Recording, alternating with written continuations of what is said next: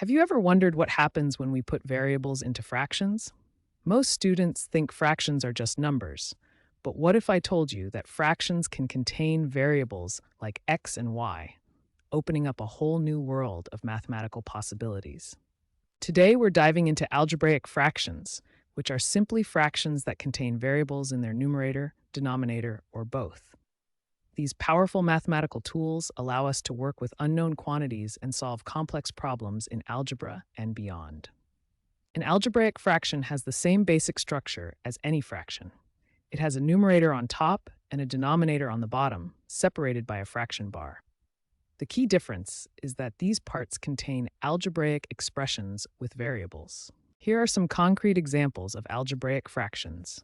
Notice how each one has variables in different positions, but they all follow the same basic fraction structure we know and love. But why do we need algebraic fractions? They're incredibly useful for modeling real-world situations where we have ratios involving unknown quantities. They also appear frequently in solving equations, calculus, and many areas of advanced mathematics. The key insight is that algebraic fractions follow the same rules as regular fractions. We can add, subtract, multiply, and divide them using similar techniques. The main difference is that we're working with expressions containing variables instead of just numbers. Now that we understand what algebraic fractions are and why they're important, we're ready to explore how to work with them. In the upcoming sections, we'll learn how to simplify algebraic fractions and perform operations like addition, which will build your confidence in handling these powerful mathematical tools. When we add fractions, we're combining two or more fractional parts to find their total. But there's a crucial rule that many students overlook. Fractions must have a common denominator before we can add them. To understand why this rule exists, we need to think about what fractions represent. A fraction describes parts of a whole, and we can only combine parts when they're measured using the same sized pieces. Here we have 1/2, represented by one shaded part out of two equal parts. Now what if we want to add 1/3 to this? We cannot directly add these fractions because they represent different sized pieces. The halves and thirds are not the same size, so we're essentially trying to add apples and oranges. This brings us to our key terminology. Fractions that have the same denominator are called like fractions, while fractions with different denominators are called unlike fractions. Unlike fractions have different denominators, such as 1/2 and 1/3 that we saw earlier. These require special treatment before we can add them. The process of adding fractions depends entirely on whether we're dealing with like fractions or unlike fractions. For like fractions, the process is straightforward. For unlike fractions, we must first find a common denominator. Understanding these key concepts is essential for mastering fraction addition. In the following sections, we'll explore each scenario in detail, starting with the simpler case of like fractions, then moving to the more complex unlike fractions. When fractions have the same denominator, adding them becomes straightforward. The key insight is that we only add the numerators while keeping the denominator unchanged. To understand why this works, imagine fractions as parts of a whole. When denominators are the same, we're working with pieces of the same size. Now we add another fraction with the same denominator. Since both fractions represent parts of wholes divided into the same number of equal pieces, we can combine them directly. The result shows us that we have 3 filled parts out of 5 total parts. This demonstrates why we add the numerators. 2 plus 1 equals 3, while the denominator stays 5. This leads us to the fundamental rule for adding fractions with the same denominator. The rule is simple. Add the numerators together and keep the denominator the same. Then simplify the result if possible. Now we'll work through 3 examples to master this concept, starting with a simple case and building to more complex problems. Example 1. Add 3/7 plus 2/7. Since both fractions have the same denominator of 7, we can apply our rule directly. Step 1. We identify that both denominators are 7, so we can proceed with adding the numerators. Step 2. Add the numerators. 3 plus 2 equals 5. Step 3. Simplify the numerator to get our final answer of 5/7. Excellent. Now for a slightly more complex example that will require simplification. Example 2. Add 5/8 plus 3/8. Again, the denominators are the same, but this time our answer will need to be simplified. Step 1. Add the numerators. 5 plus 3 equals 8. Step 2. Simplify the numerator to get 8/8. Step 3. Since the numerator and the denominator are equal, 8/8 simplifies to 1 whole. Perfect. Now for our most challenging example involving algebraic expressions. Example 3. Add the algebraic fractions 2x plus 1 over 9 plus 3x minus 4 over 9. Even with variables, the same rule applies. Step 1. Since both denominators are 9, we add the numerators. We combine 2x plus 1 with 3x minus 4. Step 2. Remove the parentheses. This gives us 2x plus 1 plus 3x minus 4 all over 9. Step 3. Combine like terms. The x terms, 2x plus 3x equals 5x. The constant terms, 1 minus 4 equals negative 3. This fraction cannot be simplified further since 5x minus 3 and 9 share no common factors.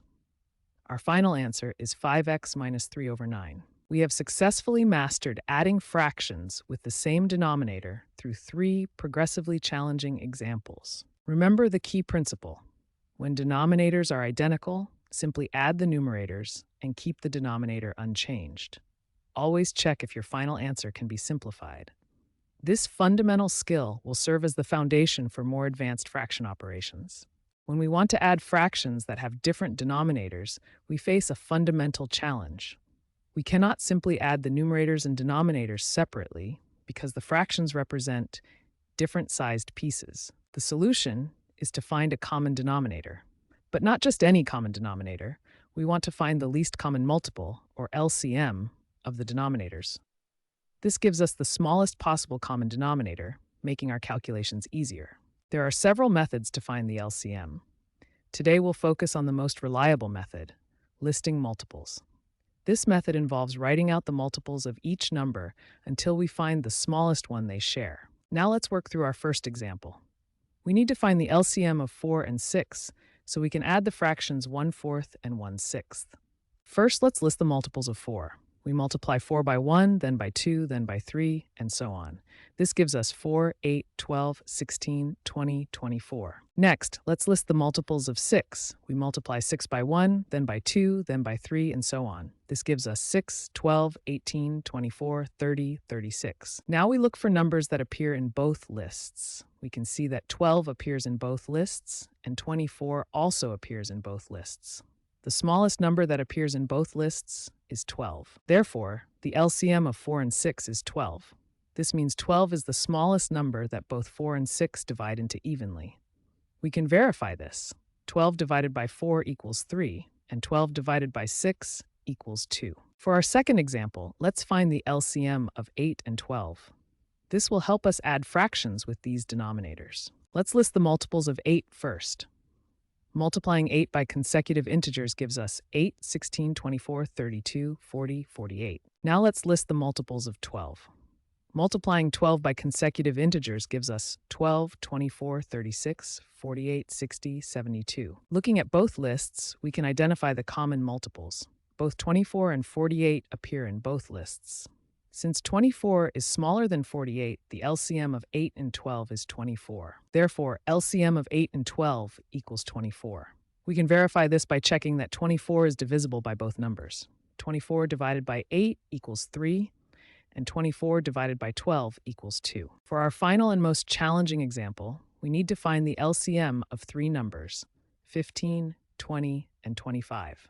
This shows how the method works when we have more than 2 numbers. Let's start by listing multiples of 15. We get 15, 30, 45, 60, 75, 90, 105, 120, 135, 150, 165, 180, 195, 210, 225, 240, 255, 270, 285, 300. Next, the multiples of 20 are 20, 40, 60, 80, 100, 120, 140, 160, 180, 200, 220, 240, 260, 280, 300. Finally, the multiples of 25 are 25, 50, 75, 100, 120, 50, 175, 200, 225, 250, 275, 300. Now we need to find the smallest number that appears in all 3 lists.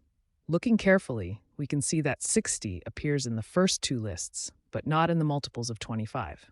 However, 300 appears in all 3 lists, making it our LCM. Therefore, the LCM of 15, 20, and 25 is 300. We can verify this. 300 divided by 15 equals 20, 300 divided by 20 equals 15, and 300 divided by 25 equals 12. Now you understand how to find the least common multiple using the listing method.